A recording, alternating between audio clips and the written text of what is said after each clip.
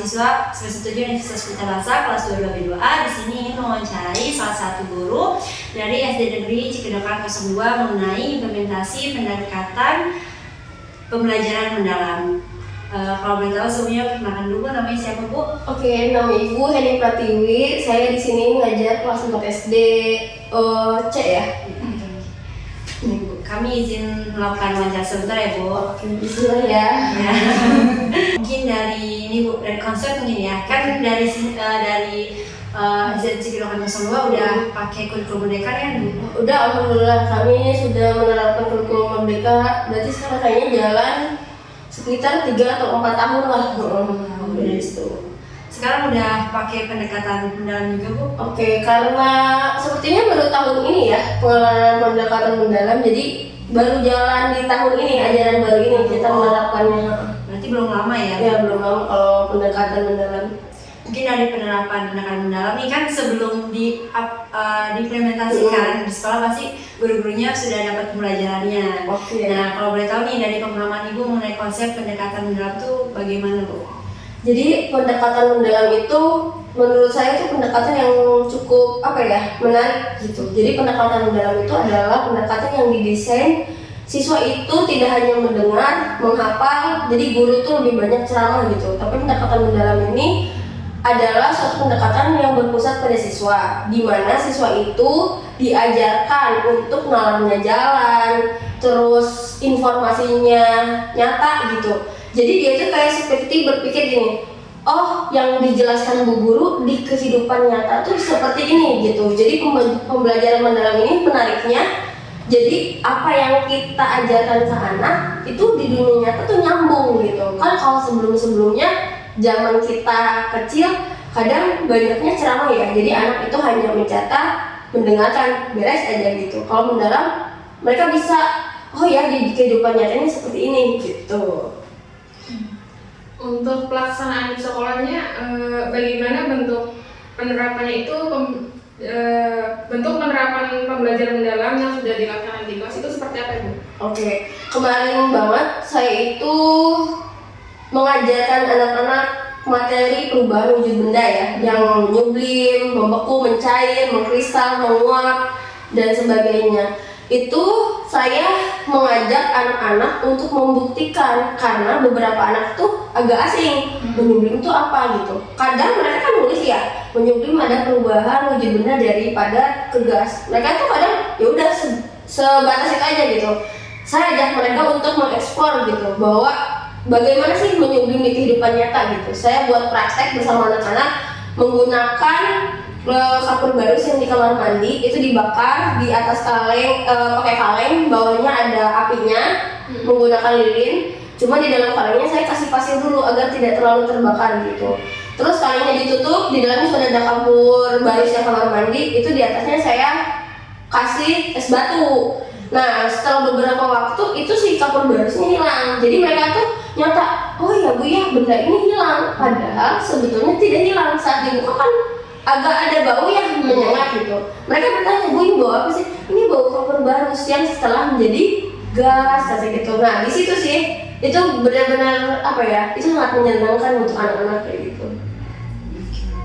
Berarti tujuan utama dari pembelajaran mendalam itu untuk lebih memahami kenyataan di dunia nyata gitu. Iya betul.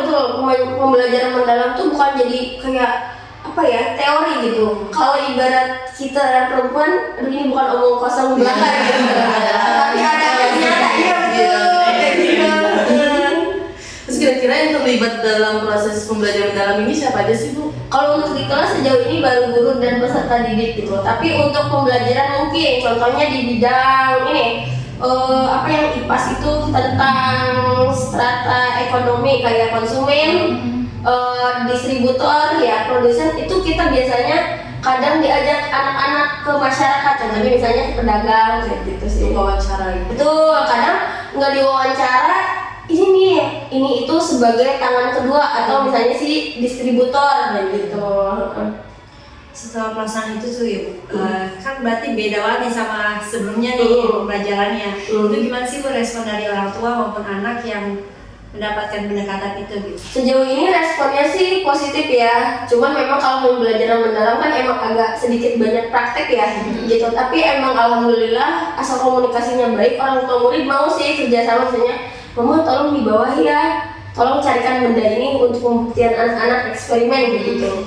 Dan anak-anak sih alhamdulillah ya, mungkin karena dia nyatet langsung, ngedengerin langsung, praktek langsung, itu kan gak ngantuk ya, itu agak nerap sih ke otak mereka gitu, jadi mereka mengingat gitu, jadi lumayan lah oke gitu menurut saya gitu.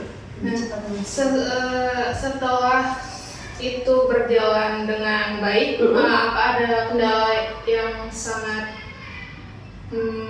susah gitu apa atau gimana Bu? Kalau kendala sih paling dari medianya ya, kan ada beberapa yang pakai barang-barang, kayak contohnya kemarin kita menyublim pakai api ya, terus pas buka si kaleng itu agak meledak sedikit, meledak ya, mungkin karena dalamnya banyak gas, gitu ya. Iya itu doang sih, cuman tapi emang mungkin karena saya ngajar di kelas tinggi ya, anak-anaknya udah bisa diajak kerjasama gitu, jadi aman-aman aja sih gitu. Paling kendala di medianya itu doang gitu. Tapi selama kita bisa pakai media yang ada di sekitar juga udah oke sih.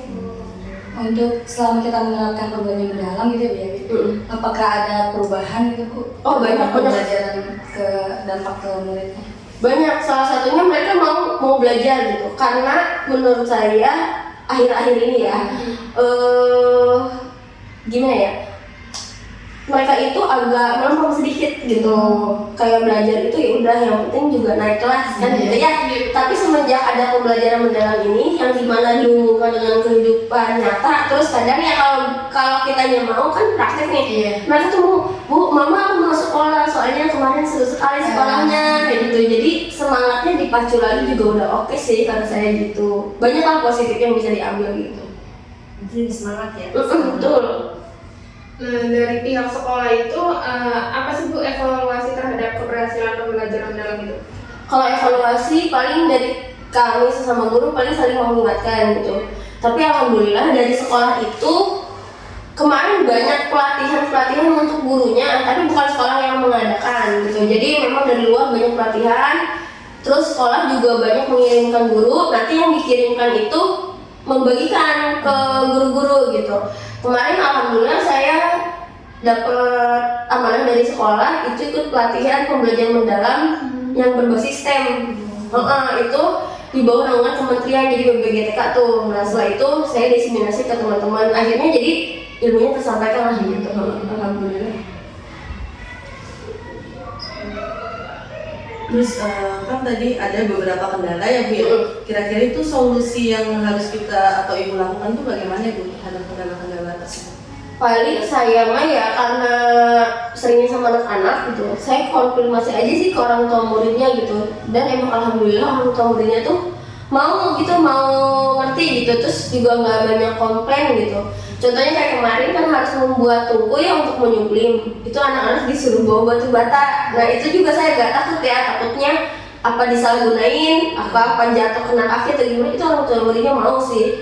Asal yang penting kita ngomong baik-baik ke orang tua murid, kasih penjelasan juga untuk apa, dan setelah terjadi nih kita juga kasih apa ya, kayak laporan lah, mama hari ini anak-anak tadi kayak gini dan alhamdulillah nggak ada yang terluka gitu, terus berjalan lancar, anak-anak juga happy gitu. Jadi kita ambil kepercayaan orang tua murid mungkin ya, kayak gitu sih. Berarti kalian dari cerita kita dengar sih lebih positifnya tuh banyak. Iya banyak sih menurut aku ya. Ada minusnya gitu. Iya. Mungkin harapan Ibu nih untuk kedepannya dari pelaksanaan pembelajaran mendalam ini apa Bu gitu di sekolah ini apa? Mungkin apa ya? Itu sih paling media ajar yang lebih banyak gitu, sama fasilitasnya lebih memadai aja gitu. Karena kan emang kita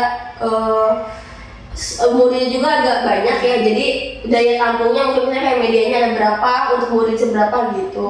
Paling gitu aja sih, pengen media ajar lebih banyak aja sih paling kalau saya pribadi ya. Kayak gitu. Kalau media ajar itu dari sekolah atau kita sendiri yang kadang dari gurunya, kadang dari sekolah juga menyediakan gitu. Cuma mungkin dari sekolah hanya beberapa. Kadang kan kayak kelas 4 kan ada 3 kelas ya. Takutnya juga misalnya kelas A lagi pakai dulu, sementara yang kelas lain butuh gitu. Kayak gitu aja sih. Karena kelasnya sini agak banyak ya. Iya agak banyak, kalau nggak salah ada 20 nomor. Mungkin ya mungkin kalau untuk wawancara yang tadi pendekatan mendalam. Terima kasih banyak Ibu sudah memberikan informasinya. Sama-sama, semoga membantu dan bermanfaat. Amin. Salam.